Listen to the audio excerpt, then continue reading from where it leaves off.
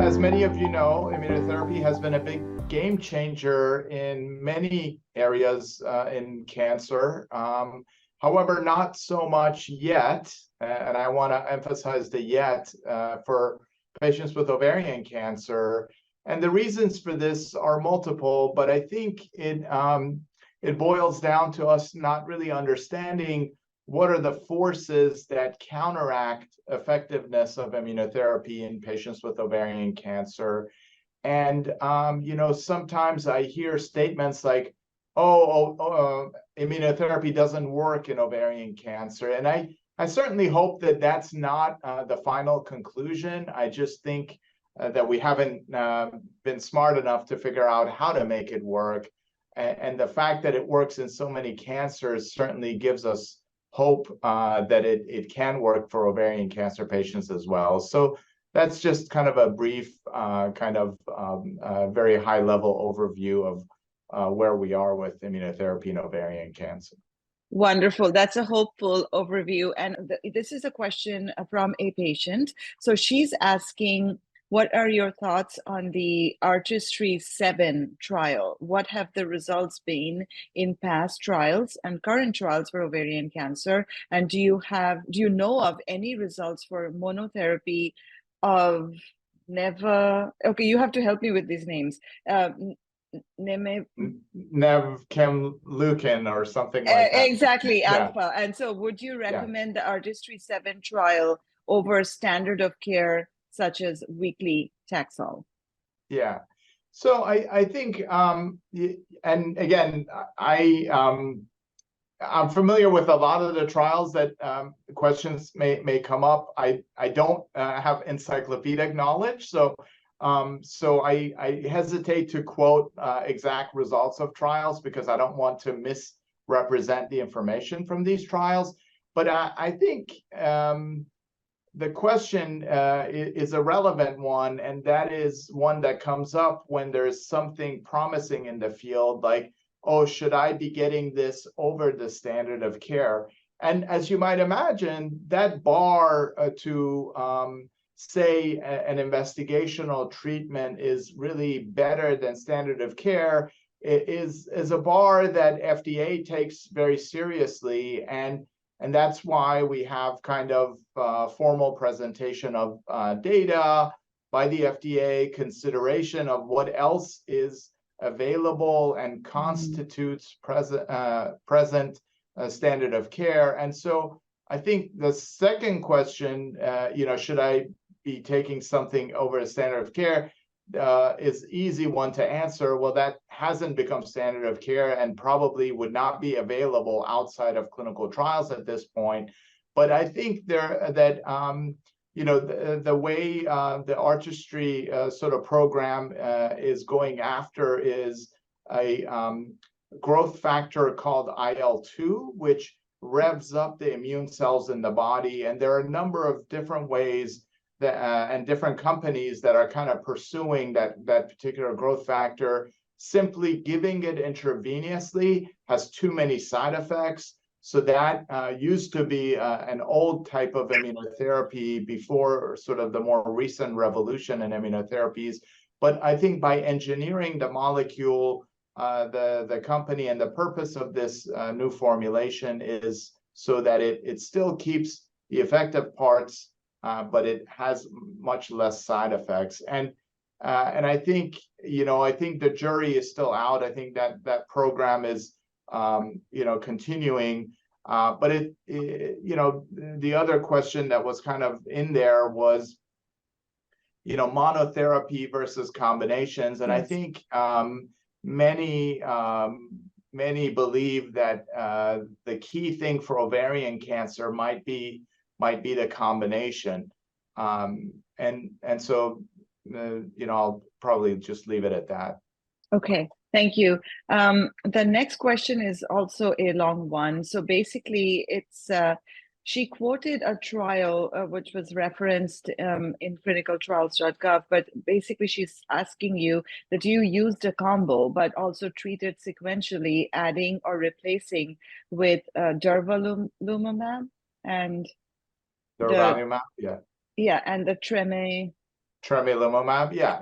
Right. Yeah. What's with these names, Dr. Jazaeri? No, it's okay. That one I know because it's actually we have a clinical trial that may be in fact referring to our trial. Yeah, I one think, of yeah. the I'm going to go through the question. So she's Okay. saying, judging by the abstract, it seems like using the second immunotherapy drug worked. Once again, stabilizing the cancer. Was the durva added so it was a combo, or did it replace the original immunotherapy drug? Since immunotherapy was shown to work on ovarian clear cell, has it been approved? Yeah, so I think that's a great question, and somebody who has read our studies carefully. So I'll give you kind of the bullet point highlights because I think that information will be hopefully more useful for the broader audience. One is that when single immune checkpoint inhibitors, most of which block PD-1 or PD-L1 pathways, didn't show response in very many patients with ovarian cancer. One of the observations was that even though only about 10% of patients experienced shrinkage of tumor, another 20 or 40% had tumors that didn't grow, but also that didn't shrink, but also stayed stable for some duration of time. And so this led us to ask the question of, what if we don't give these two drugs together, but rather give one, try to get some stabilization of disease, and only when the cancer starts growing, give the other drug? And so this trial started with everybody starting with Tremi, and then some patients getting durvalumab at the same time, other patients just getting 4 doses of Tremi, and then entering observation until they had progression of disease, and then getting the durva. And the long and the short of it was, we didn't see a lot of benefits either way in patients with the most common subtype of ovarian cancer, so-called high-grade serous ovarian cancers. But at the same time, there was information coming out with patients with clear cell histological subtype, possibly getting more benefit from immunotherapy. With this information, we actually shut down the trial enrollment to non-clear cell. We wanted to focus on clear cell patients. And here, the data sort of suggests that it's not all clear cell, but maybe some patients that have mutations in a specific gene that might really be the ones that derive benefit. And so we're trying to follow up this kind of why this specific gene, and how can we expand the benefit to more patients than only the 10% of clear cells that have mutations in this specific gene. So a follow-up study that's kind of following up this results is also targeting patients with clear cell ovarian cancer, because that's where our observation was. And we're saying, okay, what if we can get the same effect as the mutation in that gene that correlated with good outcomes, but this time getting that effect with a pharmacological drug, so that all patients, so you don't have to have that rare mutation, but hopefully we can expand the benefit to all patients with clear cell. And so this study is about to open. It's going to be open at MD Anderson and Northwestern University in Chicago.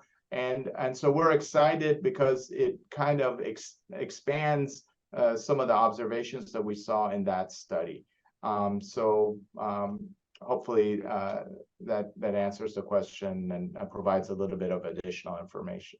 Wonderful. Thank you so much, Dr. Jazaeri. And if you are here and you are listening to this session, please feel free to ask the expert directly. Come to the video and ask him directly. So this is a very intimate, interactive session. So we welcome you all to ask the and expert. I see a few questions in the chat. I don't know. Yes, I'm gonna keep an eye on them. Okay. We are saving them to the end, right, Rincy? We'll save yes. them to the end. Yes, Okay. so because I think we have a lot to go through on what is already Okay. submitted. So Sure.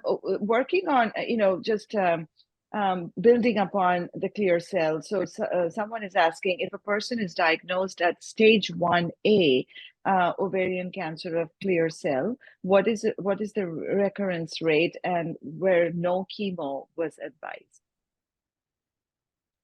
Okay, that's a great question. So patients, stage of a cancer, first of all, just for the audience, refers to how spread a cancer is at the time of diagnosis. So stage 1A would be the earliest kind of cancer, and usually that refers to an ovarian cancer where the cancer cells are limited to one ovary, and there is no evidence of any spread in terms of to the lymph nodes, to other areas inside the abdomen, to areas in the upper abdominal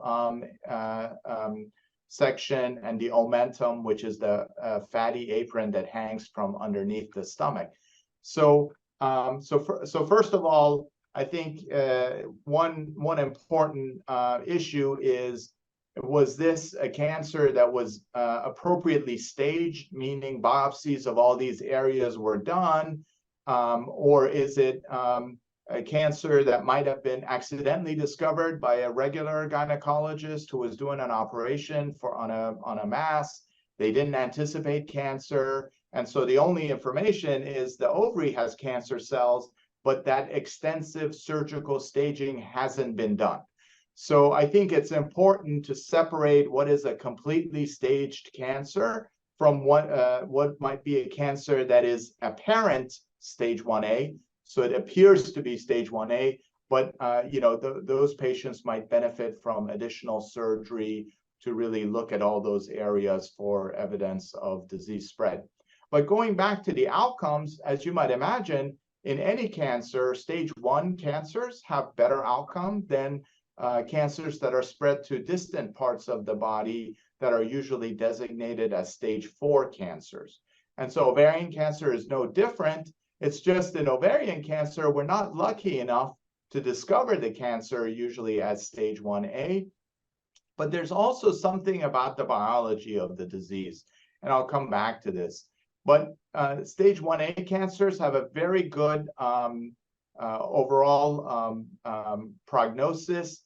With chemotherapy, patients have about an 85% cure rate, 85–90% cure rate. With the very rare exception of stage 1A grade 1 cancers, I think most stage 1A cancers would receive recommendation for additional chemotherapy. So we don't have a lot of data on patients who didn't get chemotherapy in that stage. So the excellent outcomes, I think, is important to highlight, are for those patients that did receive chemotherapy. And the idea of chemotherapy is, of course, that we don't want to hedge everything on, could there be 1 or 2 cancer cells that surgery did not remove that could be hiding somewhere in the body, and then they could sort of lay dormant and many years later showed themselves. And so that's the rationale. Sometimes I'm asked, well, if the surgery removed the cancer, why do I need chemotherapy? And that's because it's difficult to know with 100% certainty that surgery removes every single cancer cell out of the body. So maybe I'll pause there and see. And thank you for that very detailed and wonderful answer. So what I understood of this is also you brought up a very important point that where chemo was not advised in this situation, it is okay to seek second opinion, right? Because from what you are telling us rather, that chemo is important. And so if for this particular patient, chemo was not advised, it is prudent to get a second opinion. Yeah, I completely agree, and honestly, that goes along with any sort of. I'm trying to answer questions, with. You are giving second opinions. That's right. With the best information that I have, and the kind of information that people are sharing in their questions, of course, is not a substitution for a formal second opinion consultation. And so I just want to put that disclaimer out there that these are kind of more sort of almost hypothetical questions to clinical scenarios than answers for any individual specific patient, because that would require reviewing the pathology, for example, making sure there is agreement by an independent expert pathologist that the cancer is limited to the ovary, or know what's the grade of the cancer and stage and all of those things. Absolutely. These questions are amazing, by the way. So the next question is, I'm a patient with recurrent ovarian cancer, and she's a physician. So she's asking you to discuss your upcoming CAR T-cell clinical trial for mesonephric ovarian cancer subtype, and what is the background evidence for this immunotherapy? Yeah, so that's a great question.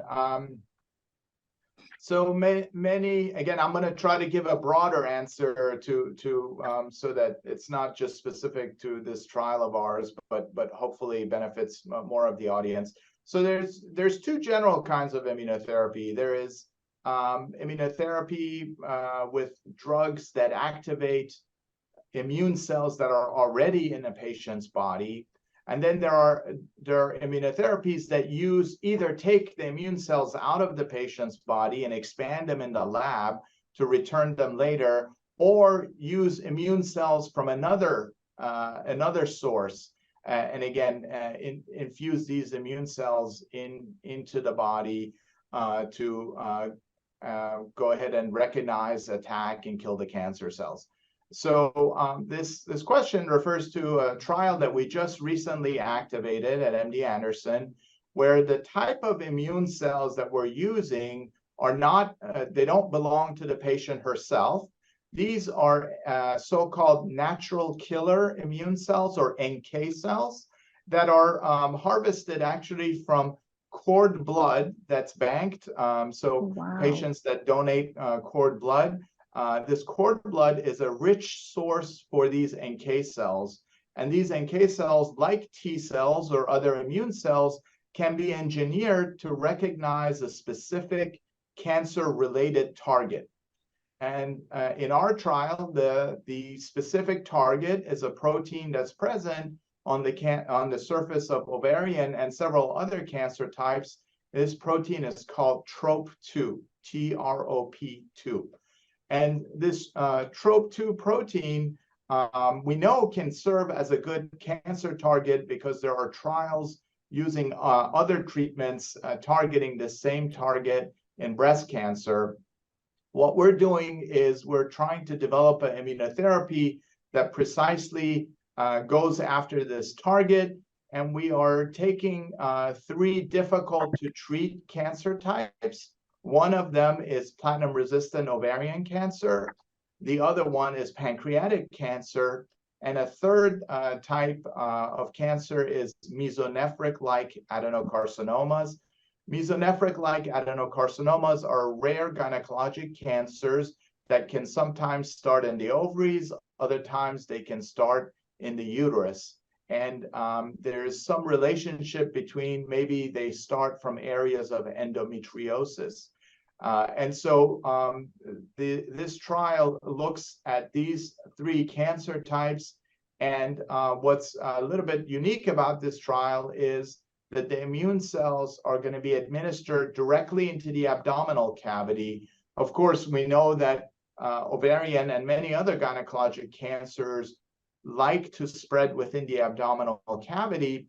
And sometimes when we administer treatments intravenously, because the bloodstream takes the treatment to the liver and lung and spleen, some of the immune cells can kind of become dislodged in these organs.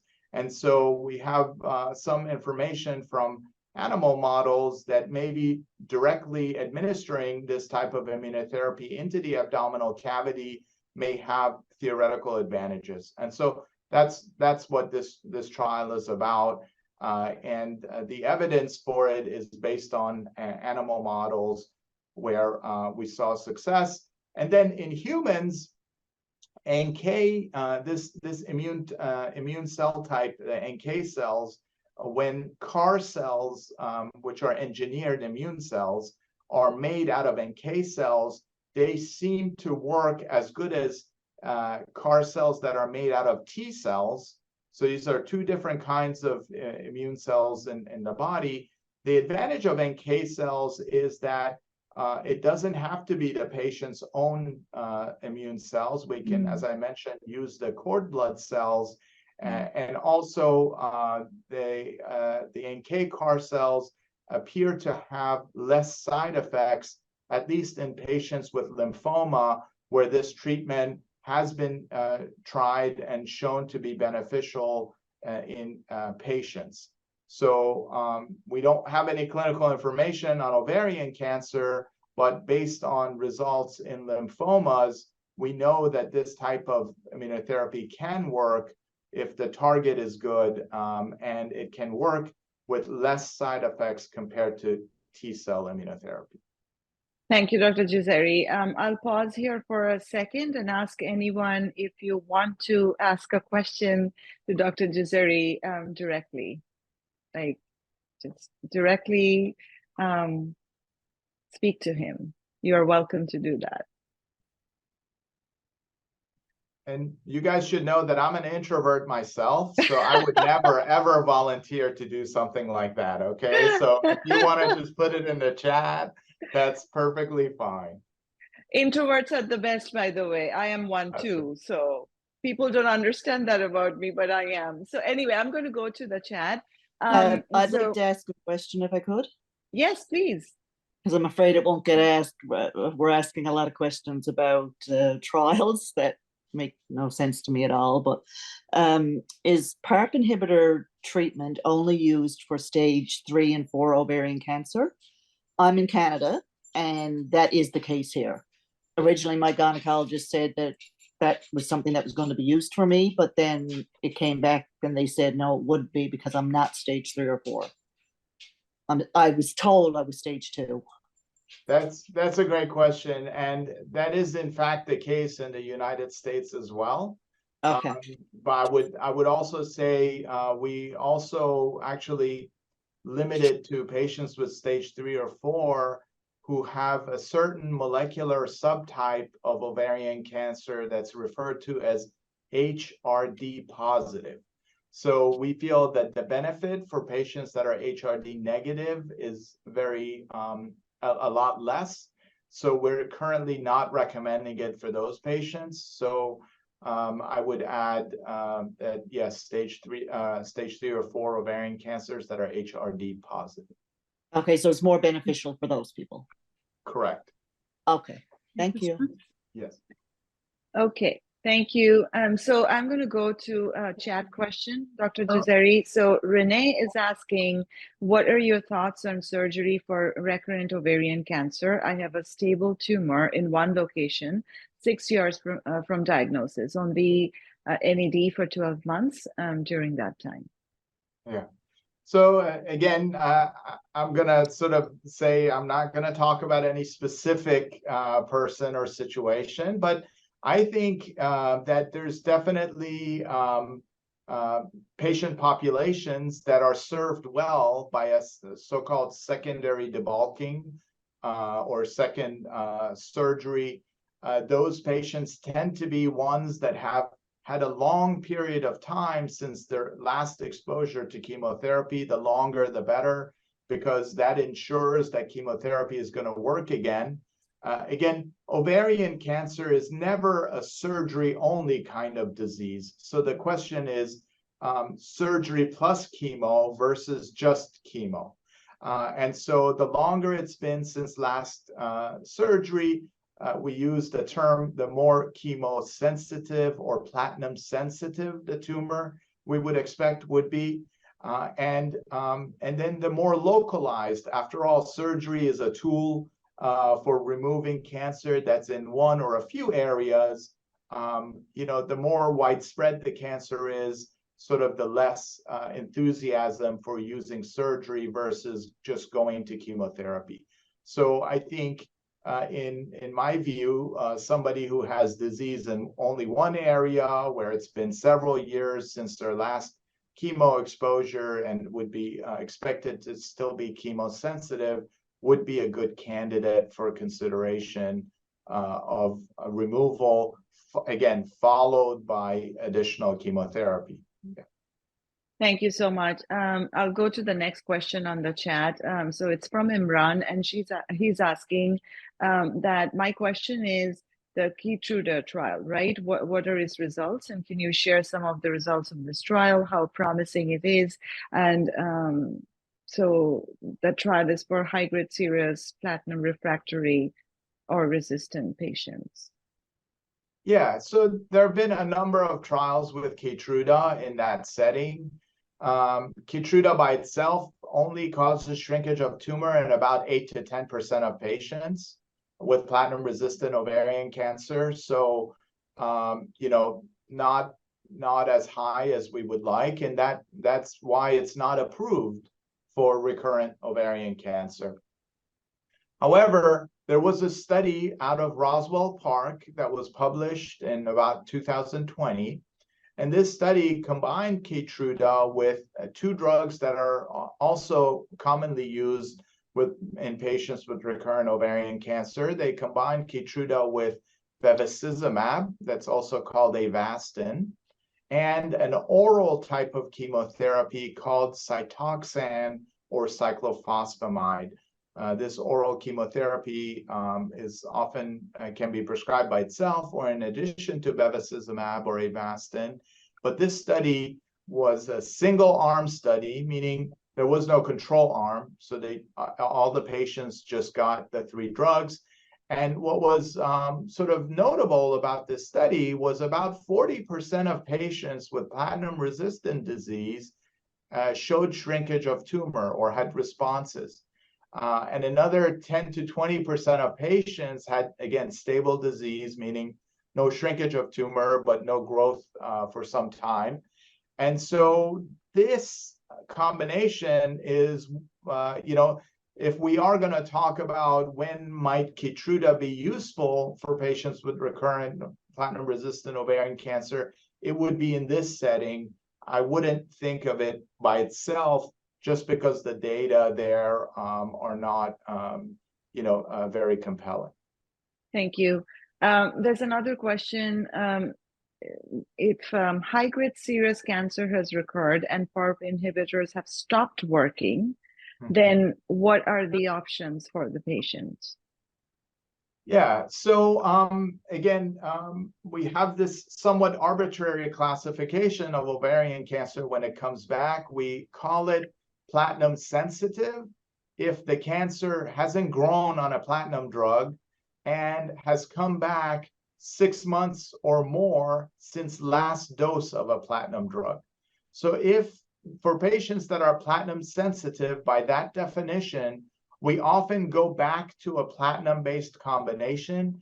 We usually combine platinum with a drug that the patient may not have seen. So if the initial treatment was carboplatin and Taxol, when the patient recurs and has platinum-sensitive disease, we might use carboplatin and Doxil or carboplatin and gemcitabine, partnering the platinum drug with one of the so-called second-line drugs for ovarian cancer, with or without Avastin. So, you know, there's also some people would recommend adding Avastin to extend the benefit of the two drugs. So that would be sort of the standard treatment. Now, for patients whose cancer comes back less than 6 months from a prior platinum drug, or whose cancer is growing, let's say they were on carboplatin and Doxil, the CT is done and now shows that the cancer that previously was under control is now starting to grow. So that would meet the definition of platinum-resistant disease. And for patients with platinum-resistant disease, we really recommend consideration of clinical trials because, unfortunately, platinum resistance doesn't mean just resistance to platinum drugs. It has broader implications in terms of less chance of all chemotherapies working. Doesn't mean the chances are zero, but it's a good time to really consider what is available outside of the realm of these standard chemotherapies. And that usually is new or investigational treatments that are available as part of clinical trials. And so, to all of my patients that develop platinum resistant, that's usually what I go to is what are best suitable clinical trials that might be useful. I feel like it doesn't mean we're not going to use chemotherapy at some point in the future. I feel that those standard options are kind of in our back pocket. But sometimes by waiting too long to consider clinical trials, patients may become weaker, they may develop laboratory abnormalities, and that window of opportunity to supplement what's standardly available with some investigational options, then that window may close. So that would be kind of my answer. Platinum sensitive patients should probably get platinum-based treatment because that still has the best chance of working even compared to clinical trials. But patients with platinum-resistant disease should strongly consider clinical trials if that's feasible for them. Thank you, Dr. Jazaeri. And I'm just thinking either we needed 2 hours or we need rapid fire answers from you. We have so many questions. This is amazing, though. But this question is from Nancy, and she's asking that she was diagnosed in May 2019 with high-grade serous stage 3C. And so she has just finished 3 years on niraparib. And frontline got first clinical trial, and so far she's in remission. Is stability a benefit of using PARP inhibitors? I'm sorry, is what a benefit of using PARP? So using stability, like a benefit of using PARP inhibitors. That's what the sentence says. And Nancy, please feel free to chime in if you want to qualify your question. Yeah, that will for sure. Thank you. Yes, I'm in Canada, in Vancouver, and just wondering, yeah, I've been stable so far, and it's almost 4 years now, and just wondering, is stability after being on a PARP inhibitor a thing, or do you generally reoccur after you go off the PARP? That's a great question. It is a thing. I will tell you the best results for PARP inhibitors are in patients that are BRCA1 or 2 mutation positive. And there are 2 kinds of BRCA mutations. There are germline mutations, that's the hereditary mutation. That mutation is the one that you might inherit from a parent or you might pass down. Those mutations count, but there's also so-called somatic mutations. So mutations that occur only in the tumor cells, but not in the other cells in the body. Regardless of germline or somatic, patients that have BRCA1 or 2 mutations, and this is about 30–35% of the population, they have the best outcomes on PARP inhibitors. There was a large study called SOLO-1, where patients got olaparib or placebo with BRCA mutations. So it was limited to those patients. At 7 years, the patients that got a PARP inhibitor, at 7 years, about 45% are disease-free. And really, when you get to 7 years, we're starting to use the word cure. So that's really, truly amazing result. The bad part is it only applies to the small fraction of patients that are BRCA1 or 2, either germline or somatic. So I mentioned that because the extent of benefit and whether or not the cancer is going to come back, some of it depends on the molecular features of the tumor. And of course, even in that really, good category, 45% of patients, their cancer didn't come back, but that means 60%, it did come back, or 55% it did come back. So even then, there's individual variability that we can't account for. Great, thank you. Thank you, Dr. Jazaeri. Moving on, I'm going to go back to the questions that were submitted and then come back to the chat. So she's asking that I was diagnosed stage 3C BRCA2 somatic high-grade serous cancer in May 2018. So at that point, CA-125 was 1200, finished chemo with CA-125 at 10 and no evidence of disease. And then 2 years on Lynparza, now off on Lynparza, CA-125 has been 2, 3, or 4, so never higher. Can I relax at all about a recurrence, and do these continuing very low CA-125 numbers mean anything? Yeah, I think actually this patient would fit into the study, the SOLO-1 study participants that I just described, who tend to be 5, 6, 7 years out without a recurrence. So I think that's an excellent sort of outcome. CA-125, just generally speaking, the higher it is in the beginning, the more confidence we have in low levels, right? And that kind of makes sense. It doesn't mean the cancer is worse or better. It just means it's a useful marker or not.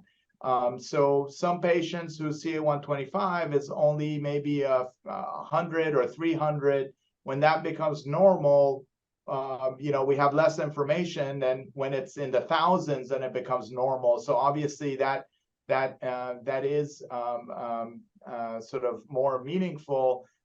However, I will also say that CA-125 sometimes is a useful marker in the beginning, but over time, there can be cancer that comes back and the CA-125 levels don't rise to the same level as maybe initially during the diagnosis. So it's variable, but it's one of the couple of ways we have to keep track of this cancer. And so I think that scenario is it's very good. So thank you. The next question is, what is your experience with intratumoral immunotherapy and opinion of this treatment for ovarian cancer? It sounds so promising, but is it a treatment for us? I'm in a study taking LBL-007 and tislelizumab. yeah. So at Mays, MD Anderson in San Antonio with mixed results. One tumor is gone, but several others have pretty much remained the same since starting this February 2023. I'm a 6-year overcomer with high-grade serous ovarian cancer that is giving me run for my money. Yeah, I think the question of intratumoral injections and intratumoral immunotherapy comes up not infrequently. The idea is that if we can activate the immune system against one part of the tumor, that benefit can then cross over and spread to other areas of the tumor as well, right? So that's kind of the difference between immunotherapy and chemotherapy. So chemotherapy is usually drugs that directly affect the cancer cells themselves. So they need to be in contact, or the cancer cells need to be exposed to chemotherapy. Immunotherapy, on the other hand, we're actually treating the immune system. So we're trying to activate the immune system against the cancer cells. So it doesn't matter if we do that activation in a small part of the tumor. If it works, at least theoretically, it should have impact on other areas of cancer. We're also interested in local immunotherapy as well. We've taken a slightly broader approach. So instead of direct intratumoral injections, we kind of rationalize that putting the immunotherapy in the abdominal cavity and having it sort of contact the tumor, multiple areas of tumor, might make sense. Again, that's also a theoretical rationale. It's not that it's any proven to be any better. But But I just wanted to explain why it might make sense to inject one part of the tumor, but then expect benefit, overall in terms of other areas as well. Thank you. The next question is from Ingrid on the chat, and she's asking, have there been any studies on PARP inhibitors with patients staged at 2BC who are BRCA positive, since Lynparza is commonly recommended for this group? Stage 2BC? Yes, and Ingrid, if you are here, feel free to jump in and ask Dr. Jazaeri and clarify anything that you wish to. But what I'm reading is with patients. Hi, doctor. Yeah, just to She's here. clarify, Yes. most studies on the PARPs are for patients stage 3 or 4. Right. I have never read any studies on patients that are staged lower than that. So either 2B or 2C. What are their outcomes with? Yeah, unfortunately, we elaborate? don't know. Stage 1 cancers have about, 85, 90% cure rates. Stage 2 cancers still have about 65% cure rates. So many of these PARP maintenance studies did not include those patients because it seemed like a good percentage of the patients, maybe more than majority, would be cured, and so it didn't make sense to prescribe a medication to when you have a population where the cure rates can be that high.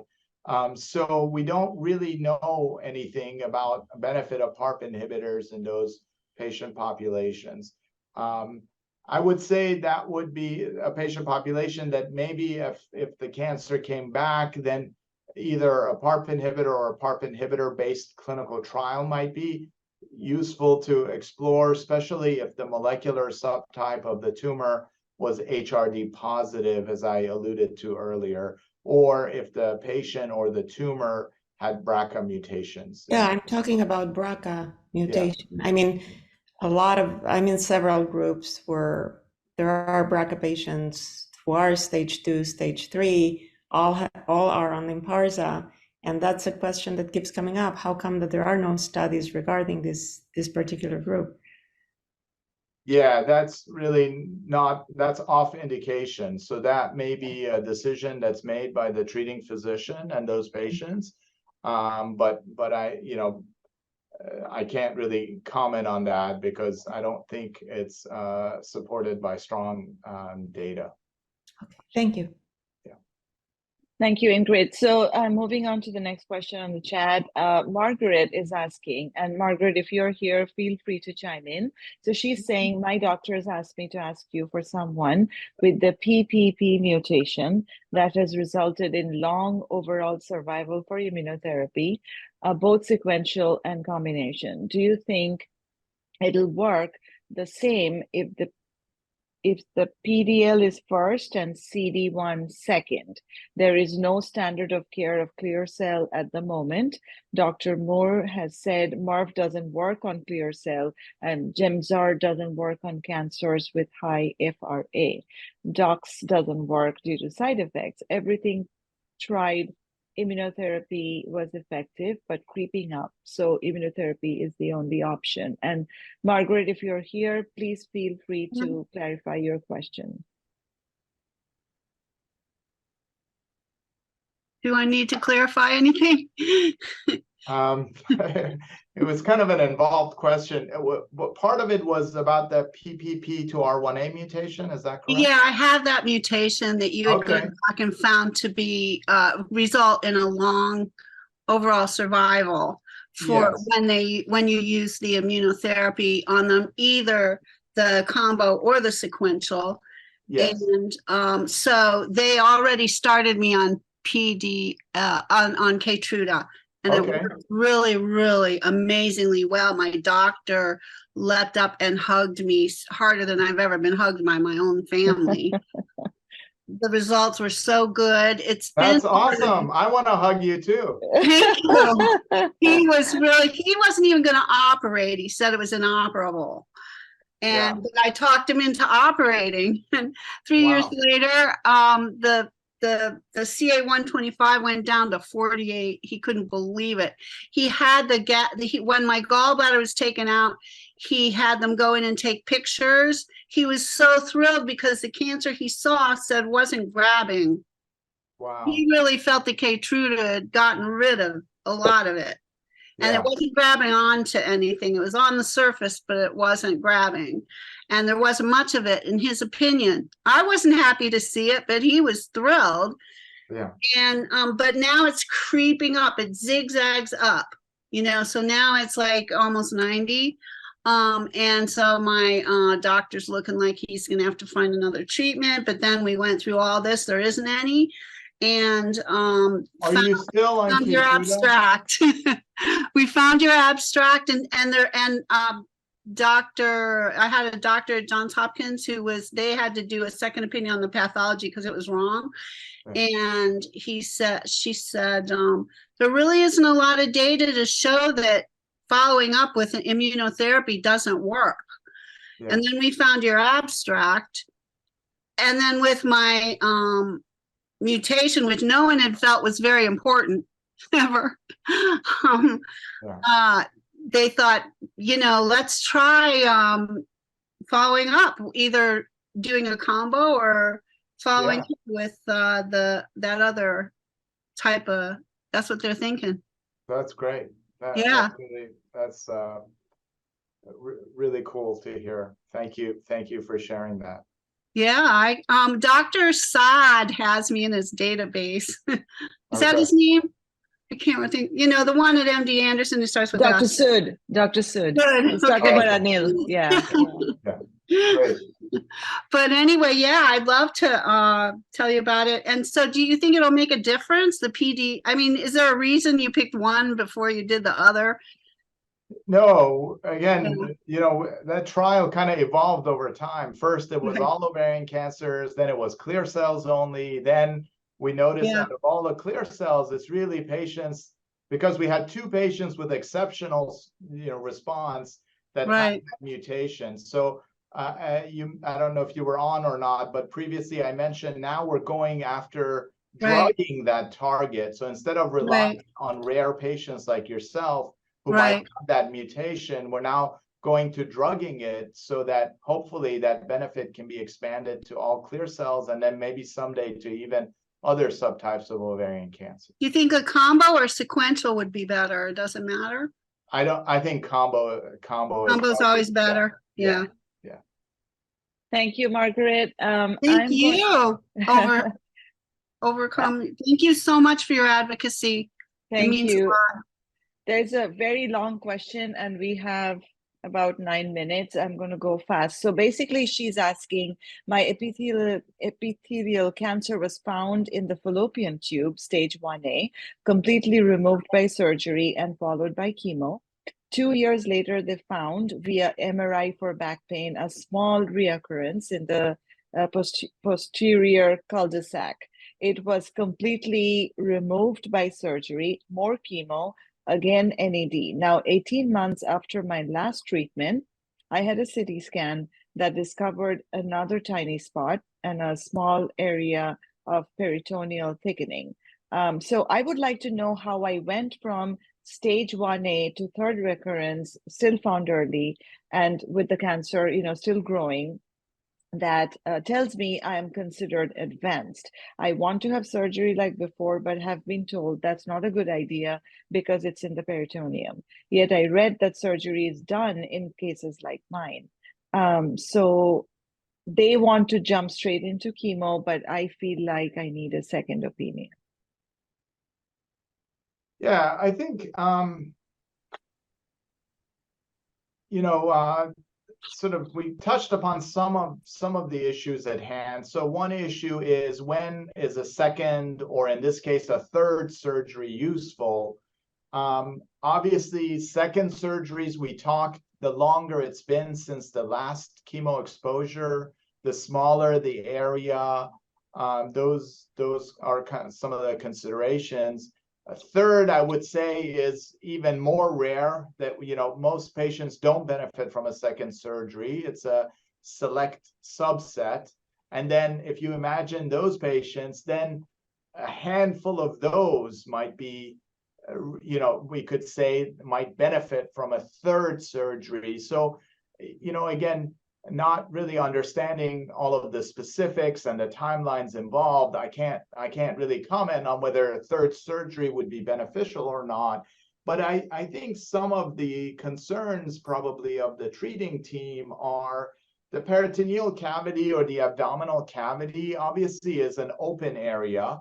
That means cancers that are in one area are not limited to that area. They're not cancers that are inside an organ where the organ spares the other surfaces, right? So these cancer cells, it's not hard to imagine they might float, they might shed, they might land in multiple areas, and those areas would not necessarily be seen on imaging, whether it's PET, MRI, regular CT. Just radiologic imaging is just not sensitive enough to see small or microscopic volume of disease. I think some of the findings of your second surgery might be helpful to your team. At that second surgery, was it really one area or was there multiple areas?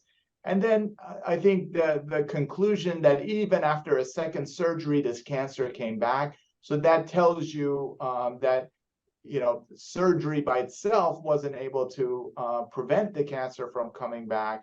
And so so anyway, that's that sort of in a nutshell, trying to be mindful of the time. Yes. My comments on that. Yes. There's a question from Val, and being mindful of the time also, I'm going to go quick. So she's asking, there are some myths about sugar feeding the cancer. So are there any definitive medical results regarding that discussion? Nothing definitive, meaning in humans. There are some animal studies that suggest that, and but there's also studies in humans where keto diet was used, and that didn't seem to have a beneficial impact. So keto diet, as many of you know, is basically high fat and protein and low carbohydrates.